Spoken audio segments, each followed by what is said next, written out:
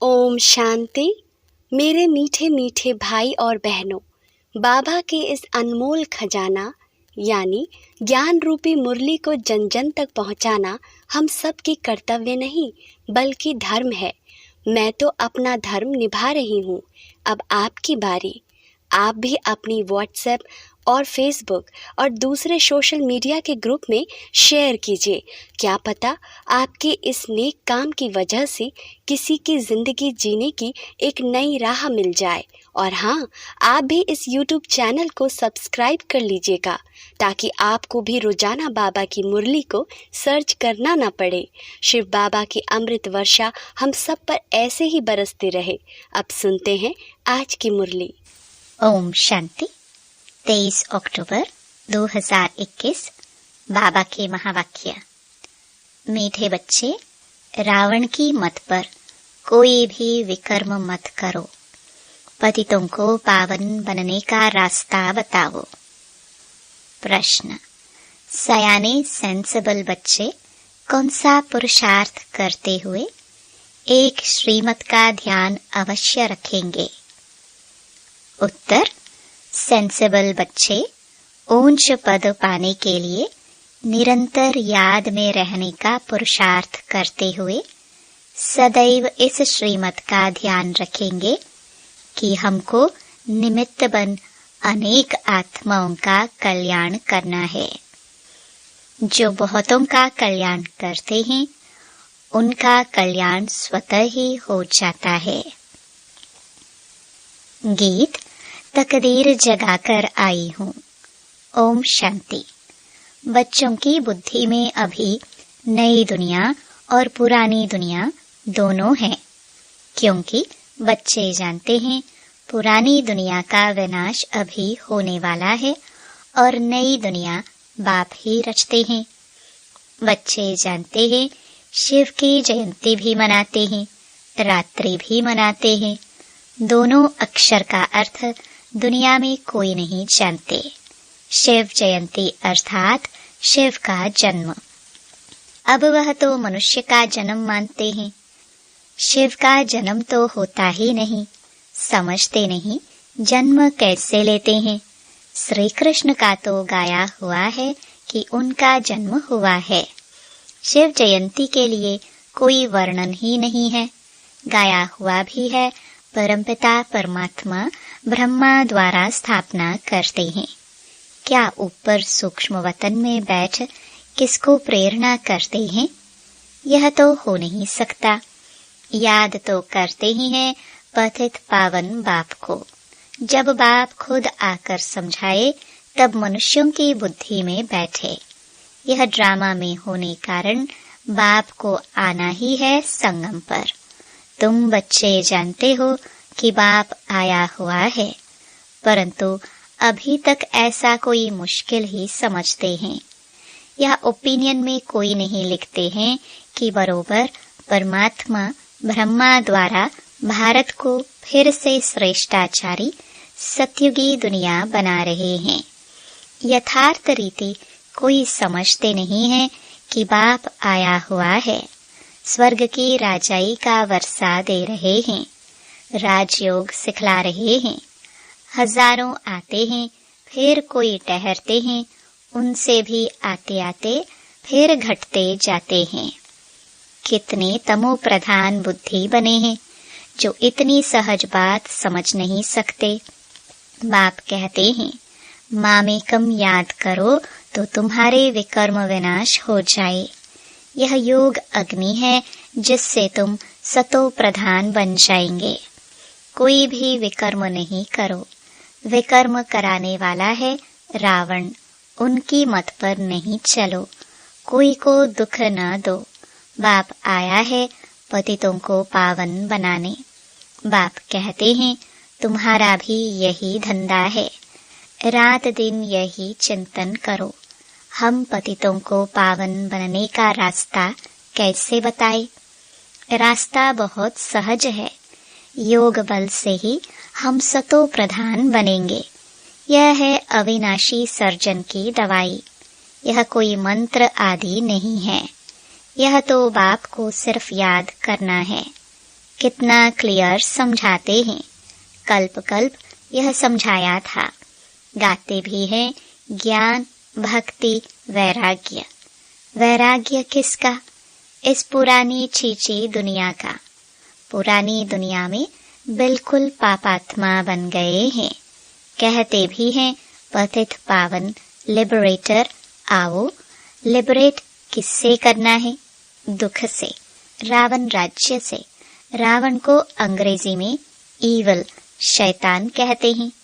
तो कहते हैं शैतान राज्य से मुक्त कर घर ले चलो, हमारा गाइड बन साथ ले चलो। जैसे कोई जेल से छुड़ाए बहुत प्यार से घर में ले जाते हैं। बेहद का बाप सब बच्चों को खातरी देते हैं, तुमको हम जेल से छुड़ाने आया हूँ। मेले प्रदर्शनी में भी यह मॉडल रूप में दिखाया गया है। कैसे सब जेल में पड़े हैं, फिर भी मनुष्य कुछ समझते थोड़े ही हैं। बाप कितना सहज रीति समझाए विश्व का मालिक बनाते हैं। कहते हैं मुझे याद करो तो तुम्हारे पाप कट जाएंगे, तुम सतयुग के मालिक बन जाएंगे। कितना सहज है। कोई भी धर्म वाला समझ जाए, बताना चाहिए फलाना धर्म कब स्थापन होता है। अंत में सभी आत्माएं अपने अपने सेक्शन में चली जाएंगी। फिर शुरू होगा देवी देवता धर्म। ब्रह्मा द्वारा स्थापना यह लिखा हुआ है। त्रिमूर्ति का चित्र है नंबर 1। त्रिमूर्ति और गोला, यह चित्र पर बिल्कुल क्लियर समझाया जा सकता है। यह भी समझाया है एक है शांति धाम, दूसरा है सुख धाम और यह है दुख धाम। इस दुख धाम से चाहिए वैराग्य। अब भक्ति की रात पूरी हुई, सतयुग त्रेता का दिन शुरू होता है। बाप कहते हैं अब पुरानी दुनिया खत्म होनी है, इसलिए इससे वैराग्य चाहिए। वह है हद का वैराग्य, यह है बेहद का वैराग्य। वह सन्यासी आदि कोई नई दुनिया नहीं रचते हैं। क्रिएटर बाप है ना, उनको कहा जाता है हेवनली गॉड फादर, हेवन स्थापन करने वाला। दूसरा कोई तो है नहीं। पढ़ाई है सतयुगी राजधानी प्राप्त करने के लिए। ज्ञान सागर आकर ज्ञान देते हैं। ज्ञान सागर पतित पावन उनको ही कहा जाता है। नॉलेज काहे का? क्या बैरिस्टर सर्जन का नॉलेज? परमात्मा को सृष्टि के आदि मध्य अंत का नॉलेज है, उसमें सब नॉलेज आ जाते हैं। बैरिस्टरी, इंजीनियरी आदि सबका मूल मक्खन है गॉडली नॉलेज। वह जिस्मानी नॉलेज पढ़ना, इंजीनियर आदि बनना कोई बड़ी बात नहीं है। यह तो तुम जानते हो। सतयुगी नई दुनिया की जो रस्म रिवाज होगी वही वहां चलेगी। हमने कैसे कल्प पहले महल आदि बनाए थे, वही रिपीट करेंगे। उसको कहा ही जाता है सतयुग। वहां की रस्म रिवाज को मनुष्य नहीं जानते। वहां कैसे हीरे जौहरों के महल बनते हैं, वह गाए ही जाते हैं 16 कला संपूर्ण, संपूर्ण निर्विकारी। जो रस्म रिवाज होगी उस अनुसार राजाई चलेगी। वह ड्रामा में नोंद है। आत्माएं अपना पाठ बजाएगी। मकान कैसे बनाएंगे, कैसे रहेंगे, वह सब नोंद है। जैसे इस पुरानी दुनिया की चलती है वैसे उस दुनिया की चलेगी। यहाँ है असुर, वहाँ है देवता। शास्त्रों में यह बातें कुछ नहीं है। ज्ञान और भक्ति गाते भी रहते हैं। ब्रह्मा का दिन, ब्रह्मा की रात। ब्रह्मा का ही नाम लेते हैं, विष्णु का नहीं। ब्रह्मा ही विष्णु हो जाते हैं। ब्रह्मा सरस्वती विष्णु के 2 रूप लक्ष्मी नारायण हैं। इसलिए बाबा ने समझाया है कि लक्ष्मी नारायण ही 84 जन्म बाद यह बनते हैं। राज्यों की तपस्या करते ही यहाँ हैं। सूक्ष्म वतन में नहीं। यज्ञ आदि भी यहाँ रचा जाता है। बाप समझाते हैं यह अंतिम यज्ञ है।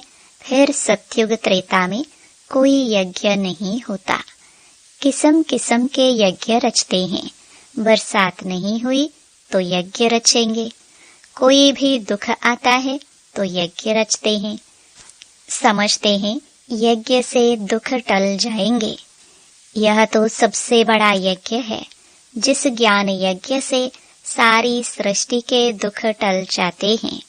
यह है राजस्व अश्वमेध अविनाशी ज्ञान यज्ञ।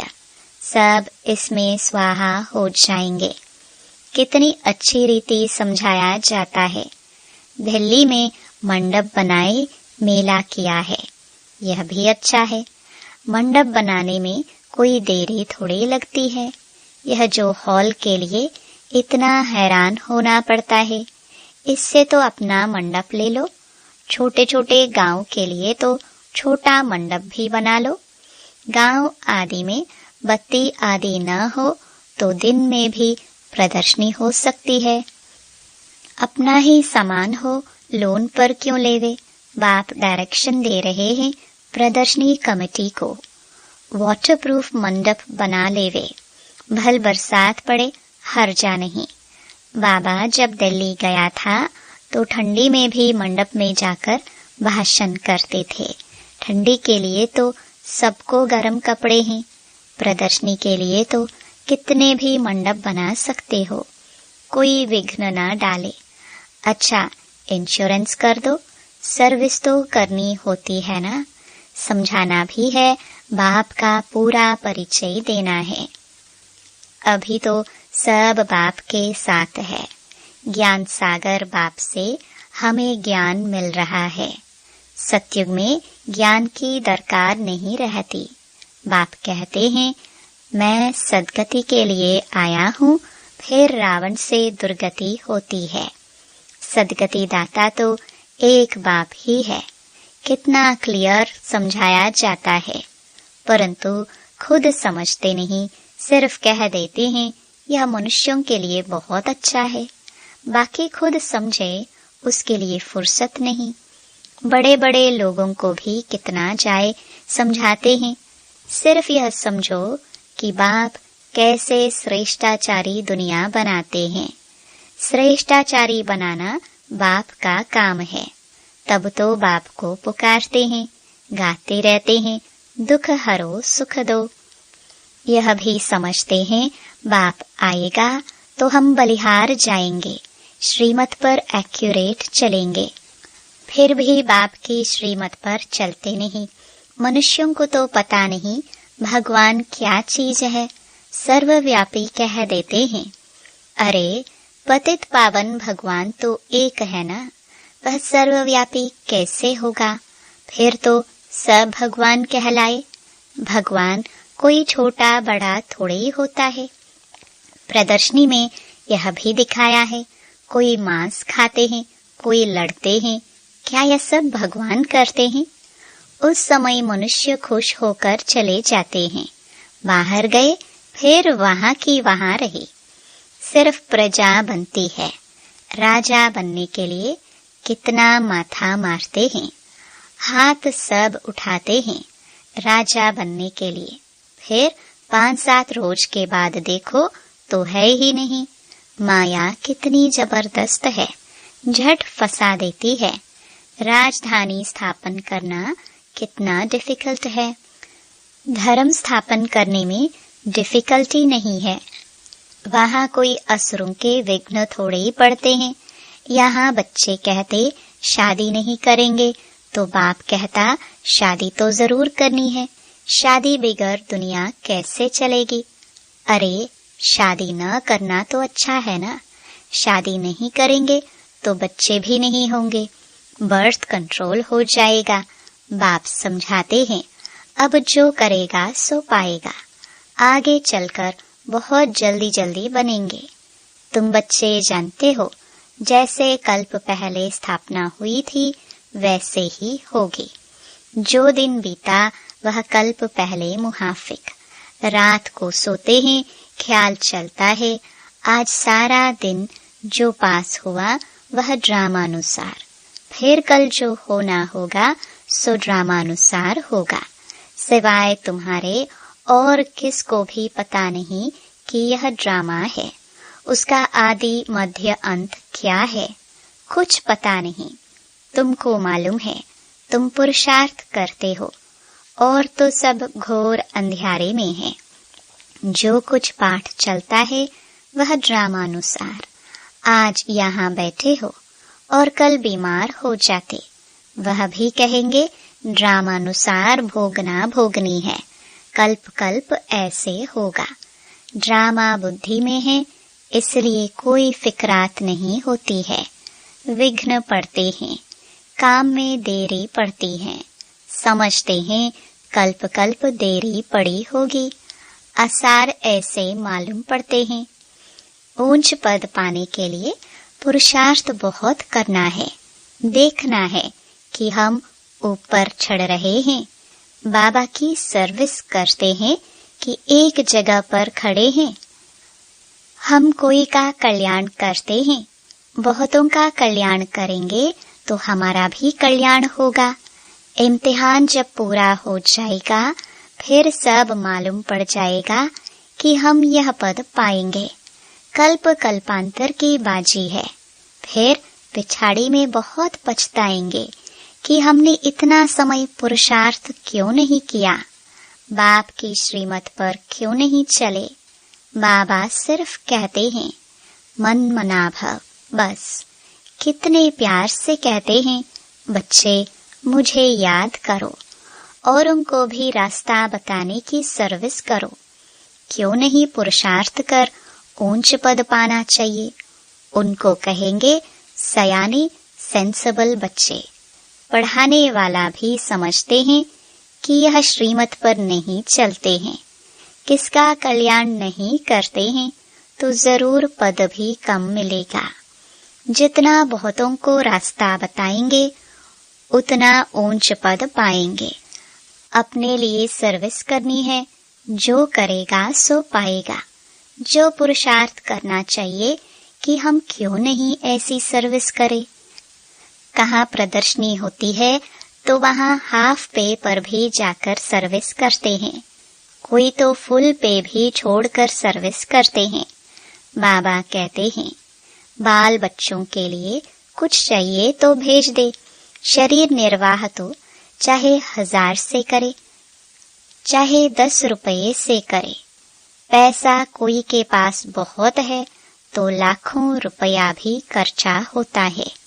बाबा तो कहते भल तुम घास काटते हो, सिर्फ बाप को याद करो तो 21 जन्मों के लिए स्वर्ग का मालिक बन जाएंगे।